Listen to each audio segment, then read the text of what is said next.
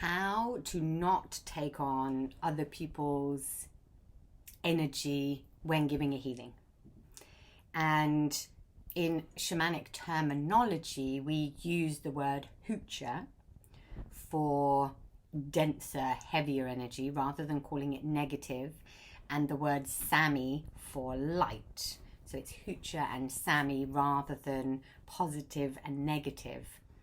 So when we're clearing and cleansing off, taking away any hucha, any heaviness, this is referred to as heavy rather than the mind attaching it to I'm now extracting all of their negativity. And this is, it's almost the essence of how to not take on somebody's negativity, somebody's hucha, because almost if we find ourselves in a fear-based thought stream and we are afraid of taking on whatever the client has, then it's almost like the focus goes there, if you see what I mean. So if you have fear-based thought streams when you're doing this work, then that's something that you would really need to look at. And there's so much nuance and things with this, because it's like saying, don't push the red button. Don't think about something that all you want to do is think about that thing. So I want to tell you what to do. And the first step is really opening space. So as long as you've opened space for your healing, the space is held and it's totally clean and clear. And certainly the shamanic directions, there's no space for anything else, because we open the south, the west, the north, the east, mother at the bottom, father at the top. And that is a sacred geometry cube holding very carefully and intensely energies in each direction. There is no leaky space. It's not just like we've randomly opened up one direction and energies can leak in and out from other places. As long as you open space, you are so held and so protected. And essentially, what you also need to remember about this is that you are not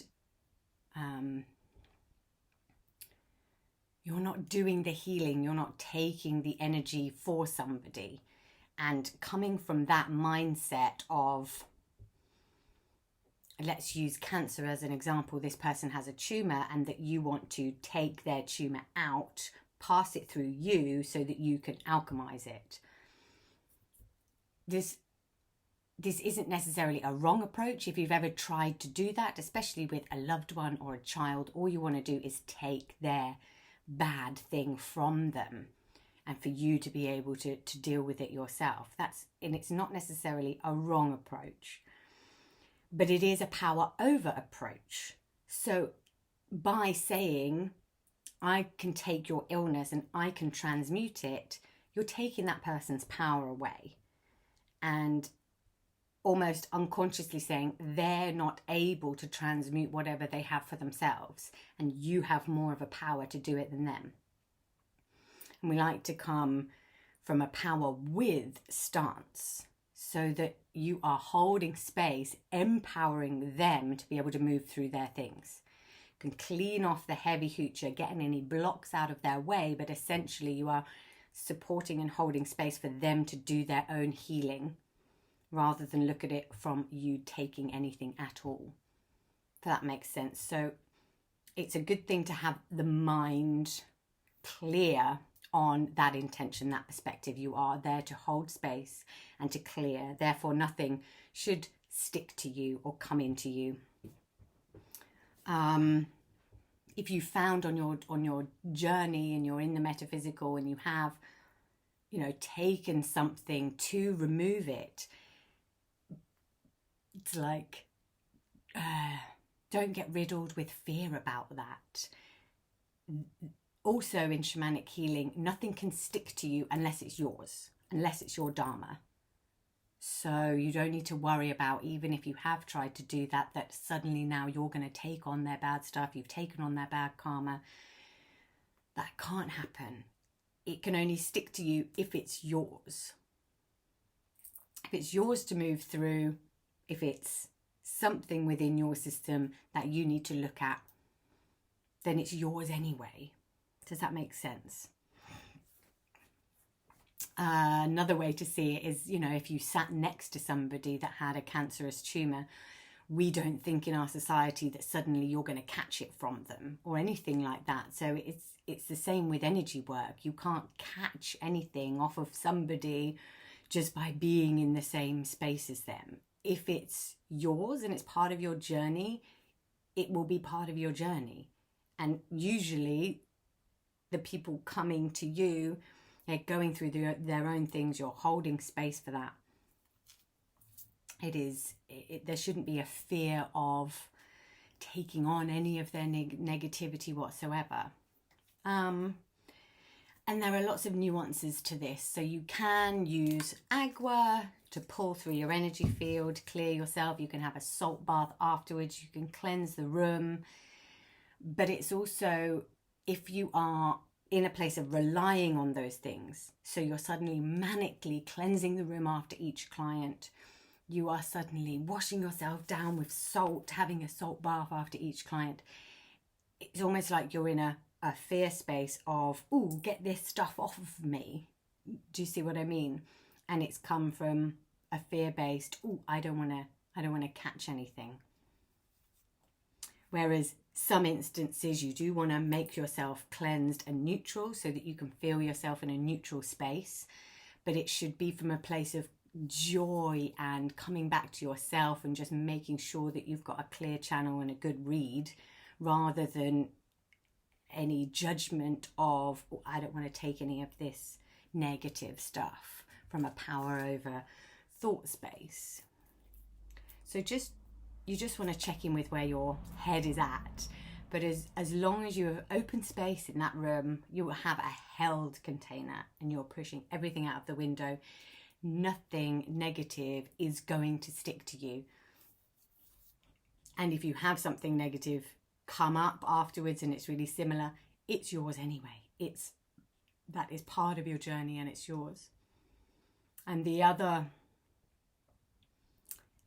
way that we speak about negative energy, and you would do extraction work in the West, again, this is all you will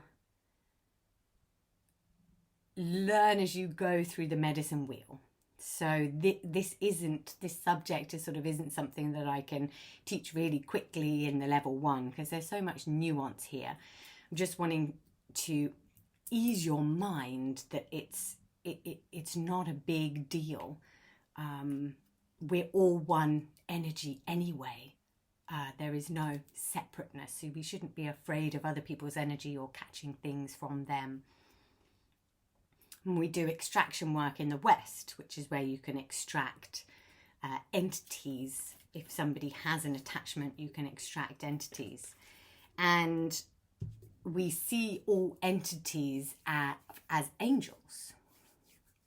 So any kind of heavy, denser energy that attaches to somebody and is there to show them something. It's there to allow, it's a catalyst for growth. It's like, you need to look into this. Because often we don't really look into things unless there's a problem. We start investigating when something is wrong, something is up, something doesn't feel good. When things feel fine, we just carry on. So all this negative energy or the attachment is doing is say, look at this. Can you look here, please? And it's a signal so that we get the message, so that we get the answer, so that we get the gift from it. So that's why we say turning your pain into your power. There's a lesson, there's gold to be learnt and taken from that. Therefore, all negative attachments are angels.